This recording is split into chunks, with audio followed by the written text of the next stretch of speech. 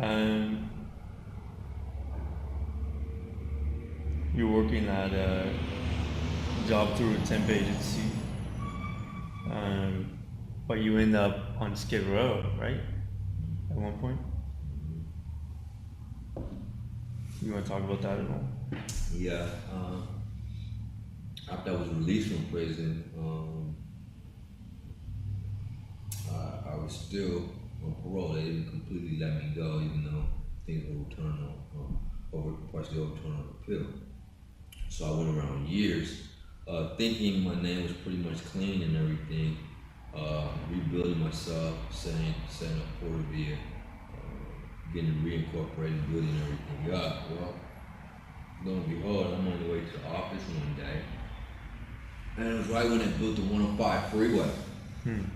So I've lived in the community of Hawthorne for almost 40 years now.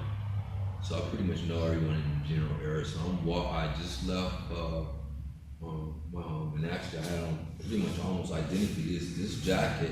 This jacket is almost 10 years old. This is one of the original PortalVia jackets, and some jeans and dress shoes and my briefcase.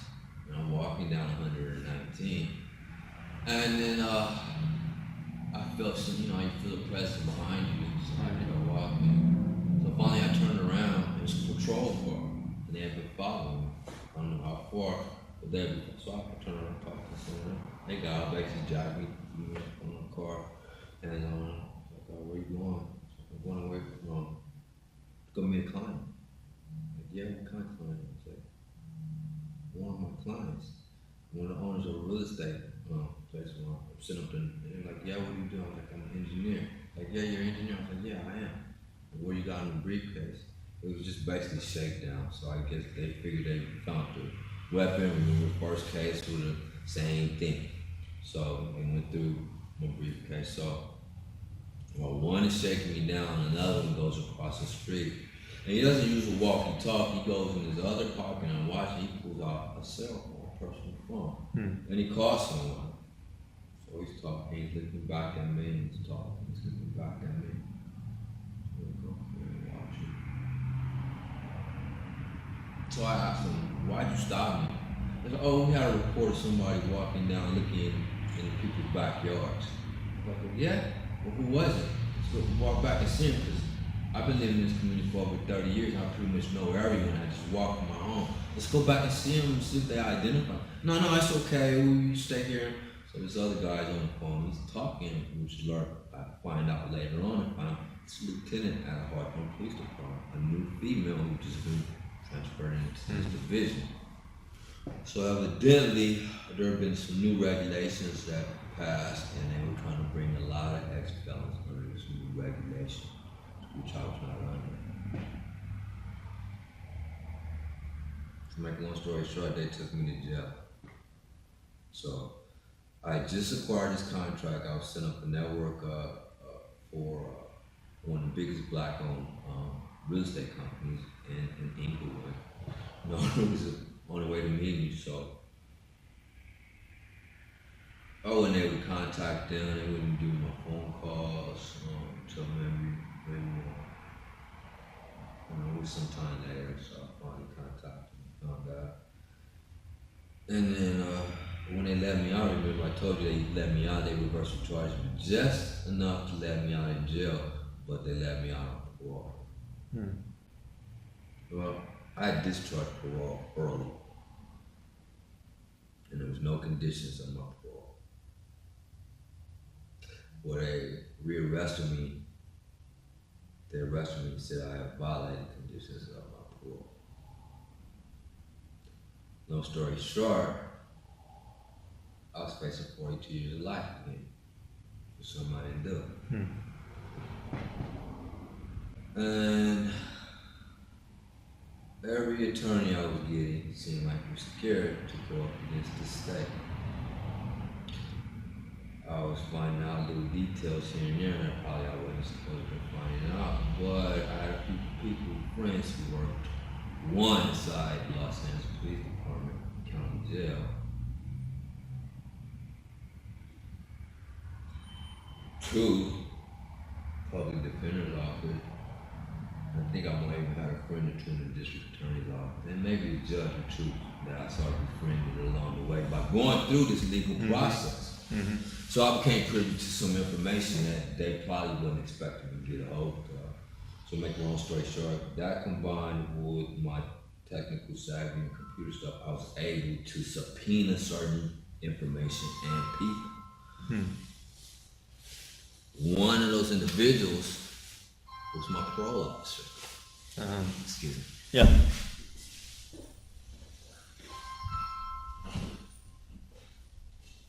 So I got my parole officer to come and testify and stand that this certain condition that they were trying to impose upon me was never imposed. He had verified with the Department of Justice and everyone that it should never have been imposed. And my crime, quite frankly, did not fit that, and I was not that type of person. Well, guess what? I was placed in front of, let's just say, pretty harsh African-American female judge, who number one didn't believe I was an engineer. So she basically would discredit everything I said. And even after my parole officer testified on the stand that I was not supposed to be, and that under due process law notification, I was never notified, and quite frankly, under the laws and conditions and circumstances of the case, this was considered cruel and unusual punishment, and I basically suffered homelessness and was no longer able to work as an engineer, classified, had security clearance, and some of my clients were governmental agencies, federal agencies, that it basically wasn't right, and that it shouldn't apply. Well,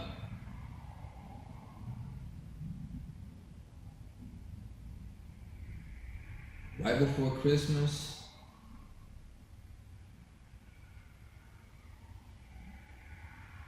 the first time the judge came back and said, well, Mr. Blair, I don't know if it's Christmas time or the district attorney has a change of heart. And by this time, when I first was facing this, my son was 3 months old. So I've been coming in to the court for so much.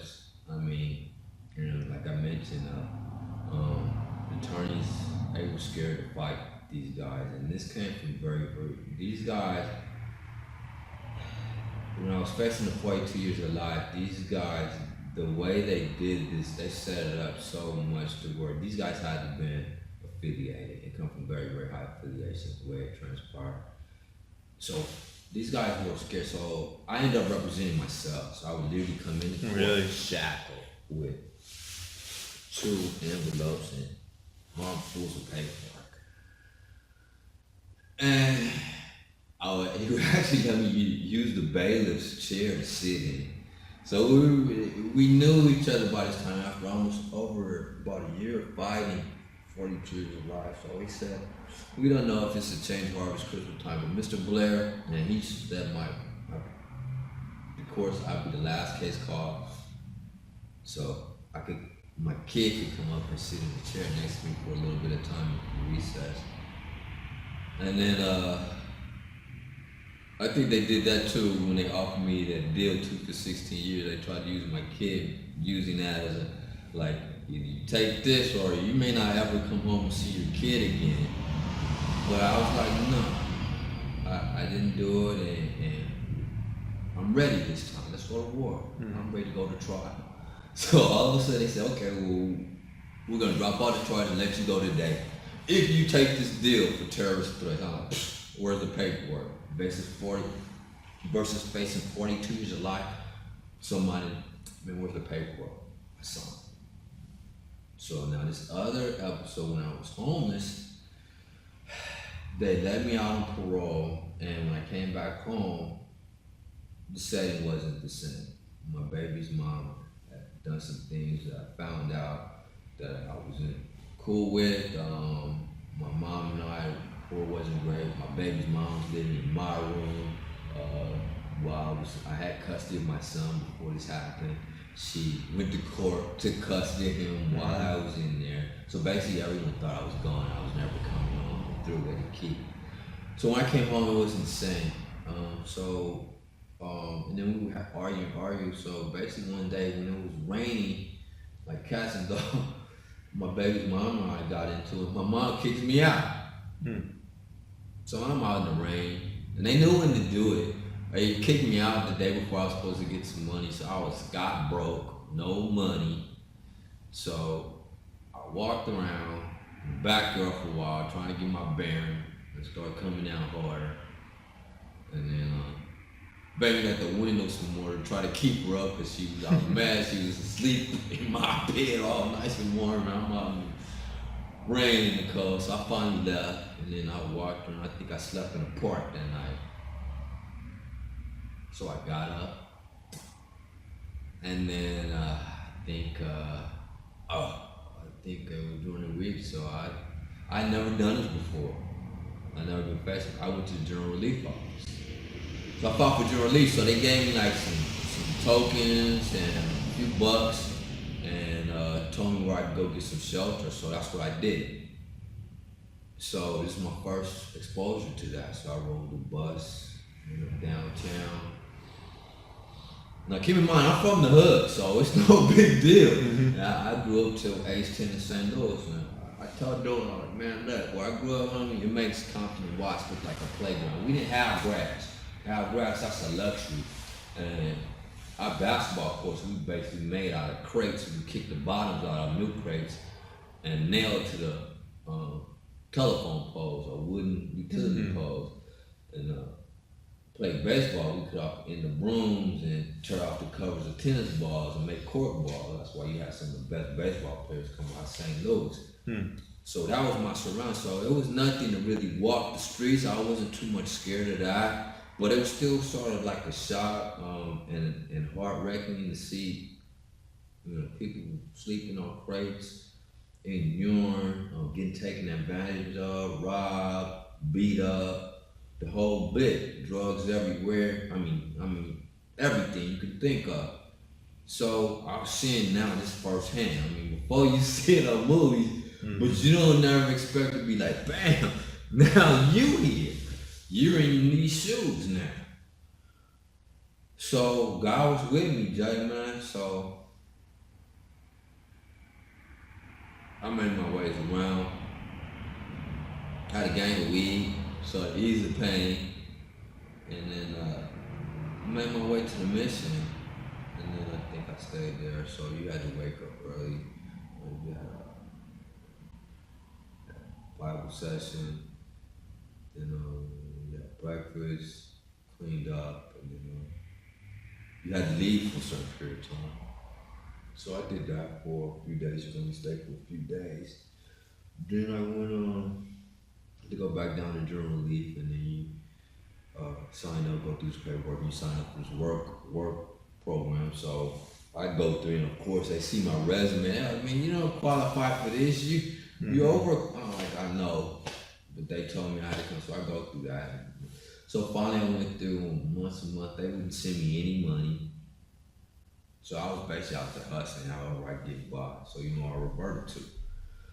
So when I bounced down, and guess what?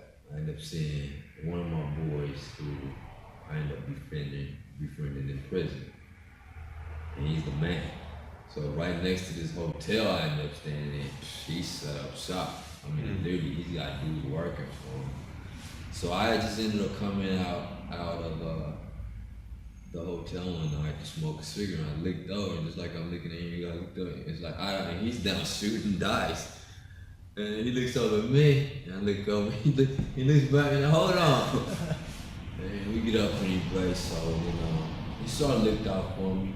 And then after that, I went and started looking at a newspaper.